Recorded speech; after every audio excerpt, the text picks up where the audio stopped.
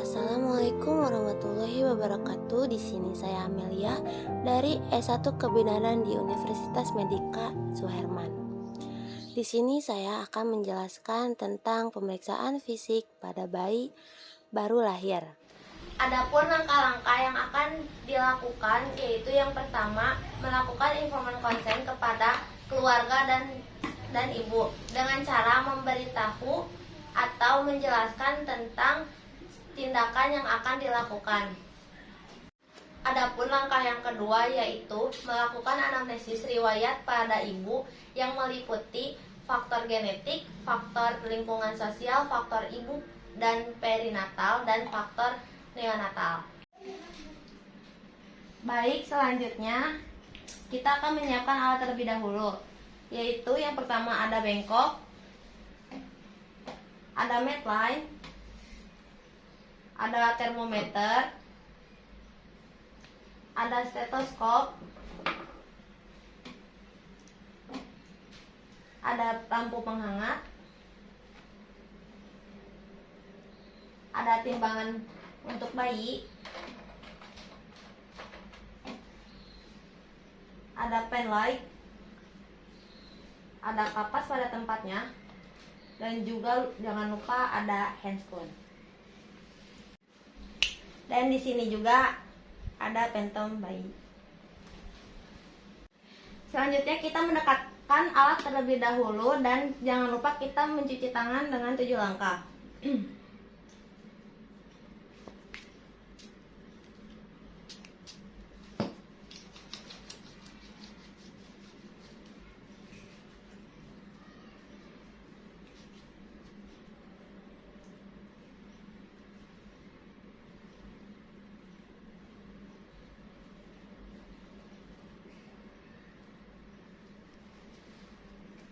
Setelah mencuci tangan dengan bersih, kita menggunakan handscone atau sarung tangan yang bersih.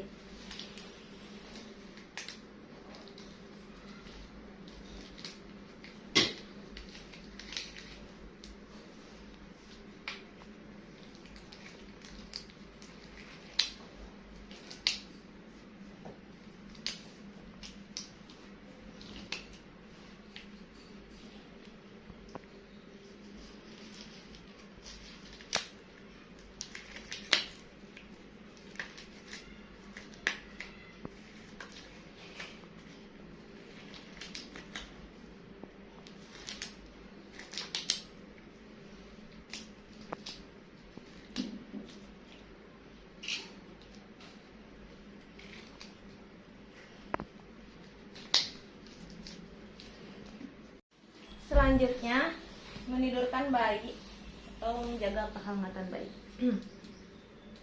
Maaf ya, Dek.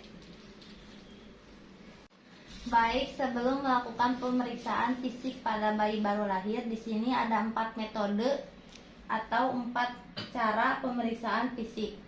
Yaitu yang pertama inspeksi, yaitu melihat atau mengamati. Yang kedua palpasi, itu menyentuh atau meraba. Yang ketiga itu ada auskultasi, mendengarkan, dan yang keempat itu ada perkusi atau mengetuk.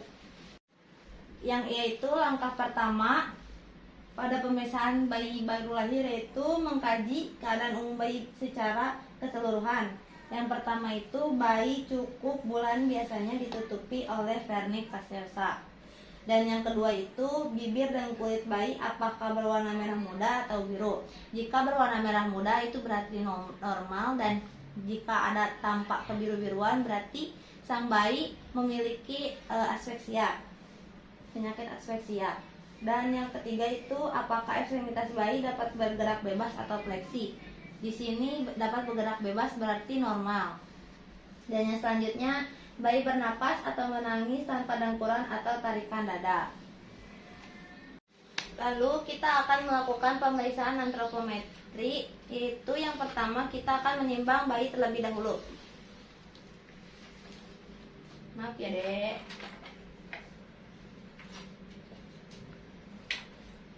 Berat bayi berkisar 2.800 gram. Selanjutnya kita akan mengecek suhu pada bayi.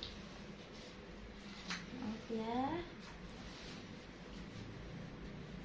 Dan jika sudah bunyi, kita lihat. Dan suhu pada bayi 36,5 derajat Celcius.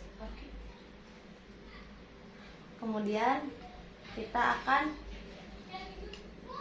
mengukur lingkar kepala pada bayi.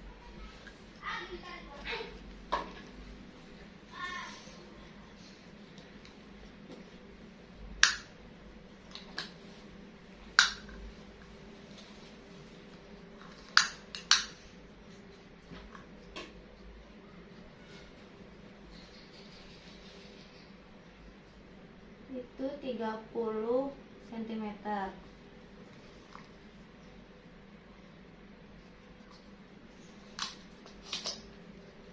Kemudian kita akan mengukur lingkar dada. Maaf.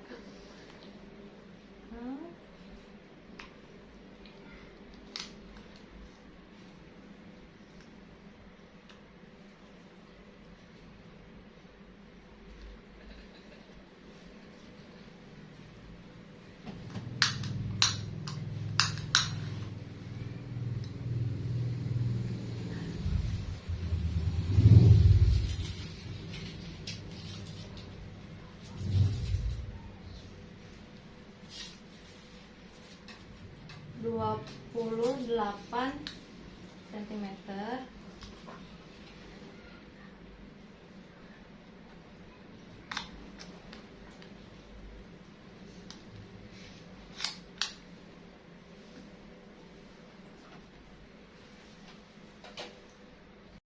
Selanjutnya kita akan melakukan pemeriksaan tanda-tanda vital pada bayi. Yang pertama kita akan mengecek terlebih dahulu suhunya.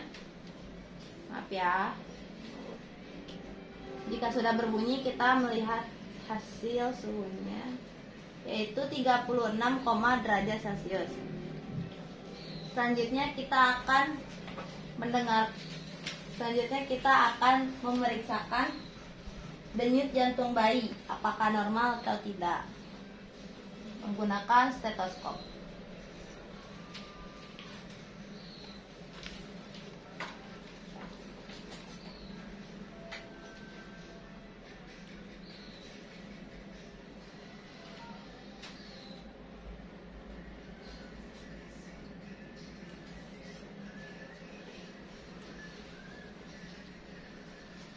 Itu 120 kali per menit, berarti normal. Selanjutnya kita akan melakukan pemantauan pernapasan pada bayi.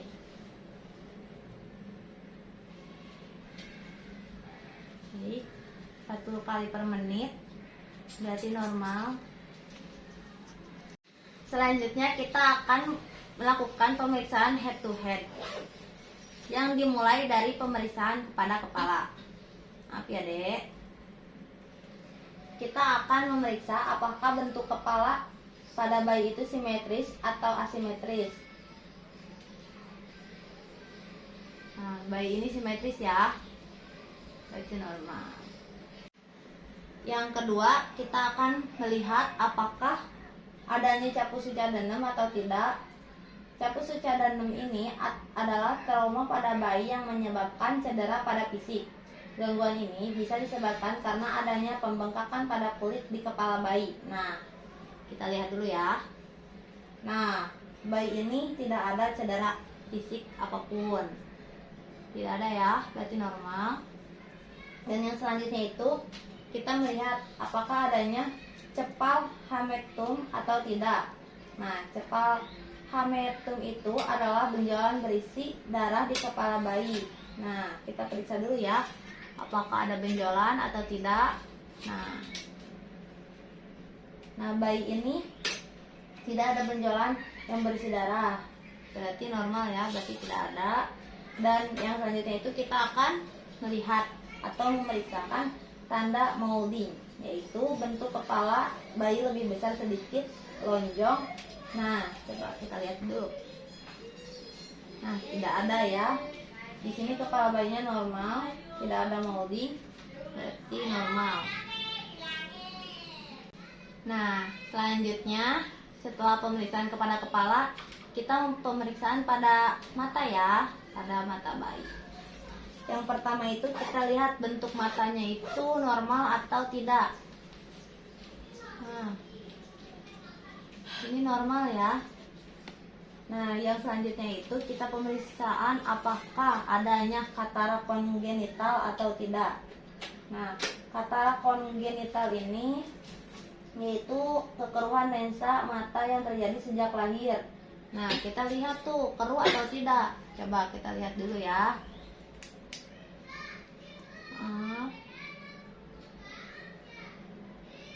Tidak ada kekeruhan di mata bayi ini, berarti normal ya. Nah, yang selanjutnya kita lihat apakah adanya strabismus. Strabismus itu matanya juling atau tidak, juling ya, juling atau tidak. Nah, bayi ini tidak juling ya, normal. Nah, kemudian kita lihat apakah bayi ini ada pendarahan konjungtiva atau tidak. Nah, pendarahan konjungtiva, nah ini normal ya, tidak ada pendarahan di mata. Dan selanjutnya itu yang terakhir, kita akan lihat apakah si matanya itu ada tanda pus atau tanda gonoblerohe. Lihat ya, gonoblerohe itu ya, yaitu di matanya ada nanah atau tidak. Ini tidak ada ya, berarti ini normal. Setelah melakukan pemeriksaan pada mata, kita akan melakukan pemeriksaan pada hidung. Nah, memeriksa yang pertama itu memeriksa cuping hidung, normal atau tidak. Normal ya, ini normal. Dan yang kedua itu kita akan memeriksa epikanthus, adakah sudut mata yang dekat dengan hidung yang dapat tertutup oleh kulit dari kelopak mata bagian atas. Coba kita lihat dulu. Nah, tidak ada ya, berarti ini normal. Nah, yang ketiga kita akan memeriksa speptunamsi, yaitu tulang lunak yang membagi rongga hidung menjadi dua. Kita lihat dulu apakah ada atau tidak. Ternyata tidak ada ya, berarti ini normal. Nah, selanjutnya kita akan memeriksakan mulut bayi. Nah, kita akan mulut bayi. Yang pertama itu inspeksi mulut simetris atau tidak. Kita lihat nih, dia itu simetris atau tidak mulutnya. Simetris ya, berarti normal. Nah, yang selanjutnya itu kita memeriksa inspeksi adanya labiopalastoskisis atau tidak. Lihat nih. Nah, labiopalastoskisis yaitu adakah terdapat celah pada bibir atau biasa disebut bibir sumbing. Nah, kita lihat nih, sumbing nggak bibirnya? Normal ya, dia normal. Nah, berarti normal. Yang selanjutnya itu kita akan memeriksa telinga nih pada bayi. Nah, yang pertama itu inspeksi bentuk telinga. Nah, kita lihat nih bentuk telinganya. Normal ya bentuk telinganya seperti pada umumnya, kiri dan kanan. Dan yang selanjutnya itu kita lihat posisi telinga dengan menarik garis hayal dari bagian luar sudut mata secara horizontal ke arah ujung atas daun telinga. Nah, kita lihat jaraknya normal atau tidak. Nah, di sini normal ya. Ini jaraknya normal, kiri dan kanan. Nah, selanjutnya kita memeriksa leher. Leher. Kita melakukan palpasi leher dan menggerakkan jari keliling leher. Kita leher. Palpasi itu sendiri yaitu meraba dan merasakan. Apakah ada benjolan atau tidak pada bayi tersebut. Nah, di sini tidak ada benjolan ya. Jadi ini normal.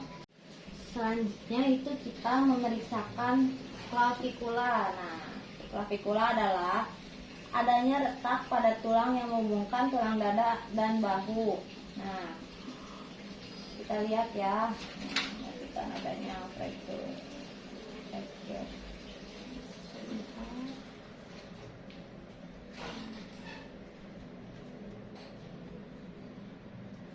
Nah, di sini normal ya, ini normal, berarti tidak ada, normal. Dan yang selanjutnya itu kita akan memeriksa tangan.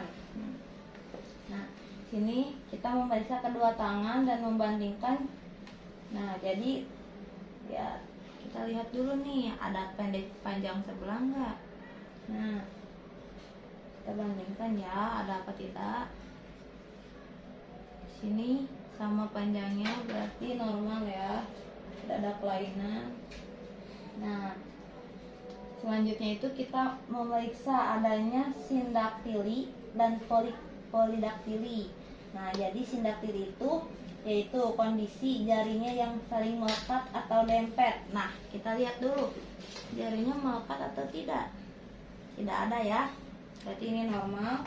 Sedangkan polidaktili itu kondisi jari yang berjumlah dari 5. Kita lihat dan kita hitung. Nah, jarinya tetap ya, tetap ada 5, berarti normal. Nah, selanjutnya kita akan memeriksa dada. Nah, kita meriksa dada, pertama itu meriksa kesimetrisan gerakan dada saat bernapas. Kita lihat dulu simetris atau tidak. Nah, berarti simetris ya. Yang selanjutnya itu kita melihat adanya retraksi interkostal atau tidak.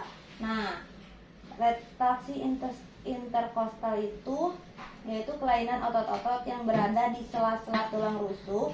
Nah, kita lihat nih tulang rusuknya, ada kelainan atau tidak.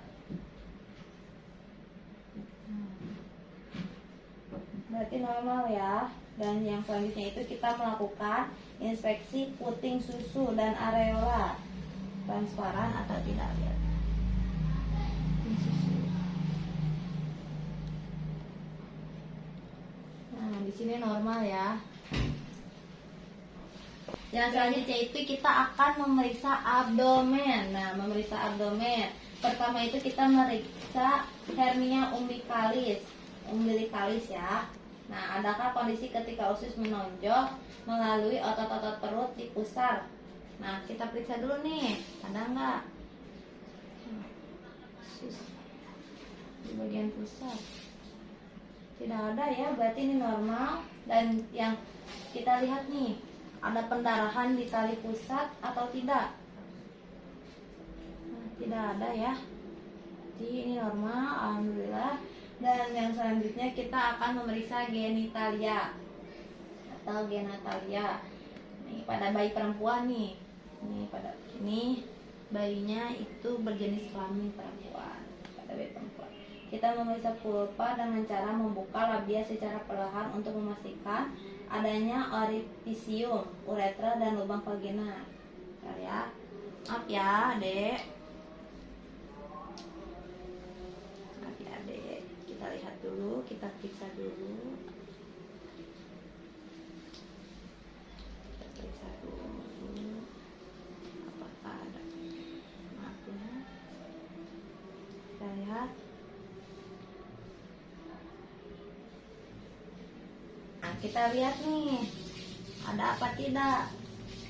Nah ya, ternyata di sini ada orifisium, uretra dan lubang vaginanya ya, berarti normal. Nah, normal. Dan selanjutnya kita akan memeriksakan tungkai ya. Yang pertama itu kita meriksa simetris atau tidak nih tungkainya nih. Nah, simetris ya, simetris, normal berarti. Nah, yang selanjutnya itu kita membandingkan panjang kedua tungkai dengan cara meluruskan. Lihat ya, lurus ini panjang atau tidak. Takutkan yang sebelah ya. Ternyata lurus dan panjangnya sama, berarti normal ya. Ya, selanjutnya kita akan memeriksakan adanya fraktur dengan melakukan tes ortolani. Nah, yang pertama tuh kita membuka pakaian pada bayi, udah selesai. Nah, yang kedua itu meriksa panggul dengan cara memegang masing-masing dua kaki dan letakkan ibu jari pada bagian dalam femur. Nah, sedangkan jari tengah dan telunjuk di atas truncator mayor. Dan kita akan menekuk lutut 90 derajat dengan abdukasikan dengan kedua tungkai secara perlahan. Nah, secara perlahan 90 derajat. Nah, kita lihat nih. Nah, plek udah ada plek. Nah, pada femur yang mengalami, nah kalau misalnya ada gini ada. Nah, kalau ada plek itu berarti pada femur yang mengalami dislokasi acetabulum. Udah ya, normal. Normal deh.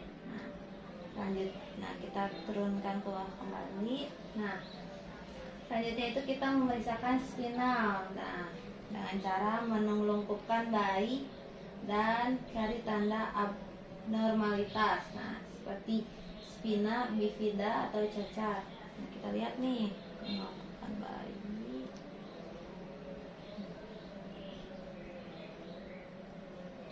Normal ya, normal, tidak ada cacat apapun, dan kita harus memastikan adanya sphincter ani, yaitu adakah luka atau robekan pada dinding anus. Nah, kita lihat kembali nih, maaf ya dek, ada tidak? Nah, tidak ada ya. Nah, yaitu ada otot yang melingkari anus di pintu keluar pada kotoran saluran pencernaan. Ada gak? Ada ya, berarti normal. Nah, kita lihat. Nah, selanjutnya itu kita lihat. Nah, kita memeriksakan kulit. Nah, kita lihat nih warna kulitnya. Warna kulitnya keseluruhan sawo matang berarti normal.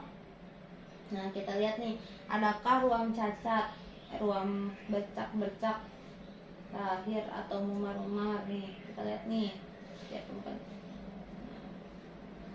Tidak ada memar atau bercak-bercak atau ruam, tidak ada ya, berarti normal. Selanjutnya itu kita periksa refleks primitif bayi baru lahir. Nah, yang pertama itu refleks mora atau bayi terkejut jika ada suara keras nih. Kita coba ya. Nah, ada ya, ada respon dari dia, berarti normal. Nah, selanjutnya kita lakukan refleks rutin, yaitu jika pipi dan mulutnya dirangsang, dia akan mencari tangan kita seolah-olah dia mencari puting susu bayi. Nah, dia mencari-cari ya, berarti ada refleksnya, berarti normal. Dan yang selanjutnya itu refleks sucking. Nah, bayi akan bergerak-gerak seolah-olah dan menghisap jika pipinya itu dirangsang. Nah, seperti tadi ya, seperti yang di mulut kita lihat. Nah, dia bergerak-gerak nih, mencari nih, berarti normal ya. Nah, selanjutnya itu refleks swallowing. Nah, refleks menelan. Nah, dia menelan ASI, berarti sudah refleks swallowingnya. Nah, berarti udah ya, berarti soalnya dia itu makanannya untuk hari ini itu ASI, untuk saat ini ASI. Nah, selanjutnya itu refleks Babinski. Nah, telapak kakinya dirangsang nih oleh ibu jari. Nah, dia bergerak atau tidak, ada refleks atau tidak. Berarti normal ya, normal. Nah, kemudian itu refleks Palmar. Nah, kita lihat nih jari tangannya. Nah, menggenggam atau tidak nih jika benda disentuhkan kepada si bayinya. Nah, kita lihat nih, kita lihat tangan kita digenggam atau tidak. Nah, ternyata dia menggenggam ya. Nah, berarti ada refleksnya, berarti normal. Dan yang terakhir itu kita memeriksa refleks plantar graph, yaitu refleks saraf kaki jika telapak kaki ditekan. Nah, sama seperti refleks Babinski. Nah, yang tadi ini kita tekan. Nah, kalau dia gerak berarti dia normal. Nah, bergerak ya, berarti normal. Setelah semuanya selesai pemeriksaan, nah selanjutnya kita akan merapikan bayi, nah atau menjaga kehangatan pada bayi. Nah, ya. Maaf ya Dek, kita ini dulu.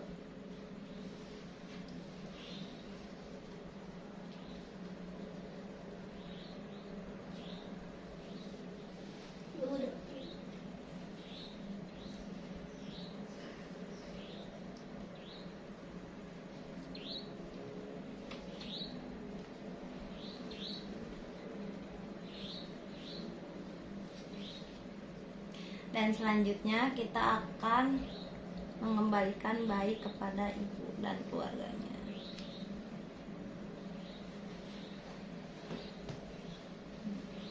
Selanjutnya kita akan membersihkan atau membereskan alat-alat yang telah dipakai satu persatu.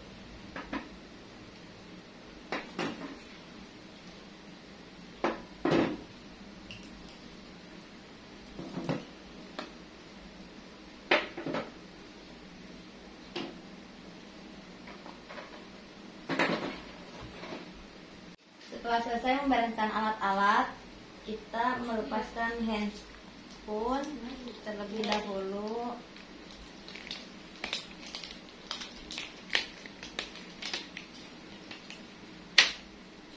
Dan membuangnya kepada tempat sampah khusus medis.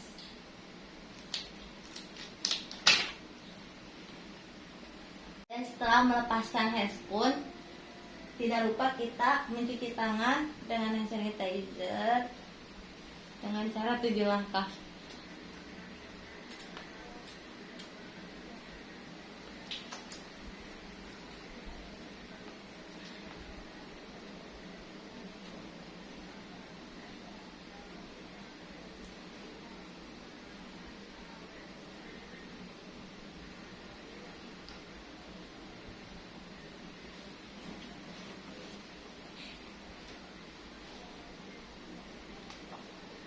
Jangan lupa kita melakukan pendokumentasian hasil pemeriksaan tersebut. Mungkin cukup sekian dari saya tentang penjelasan pemeriksaan fisik pada bayi baru lahir. Wassalamualaikum warahmatullahi wabarakatuh.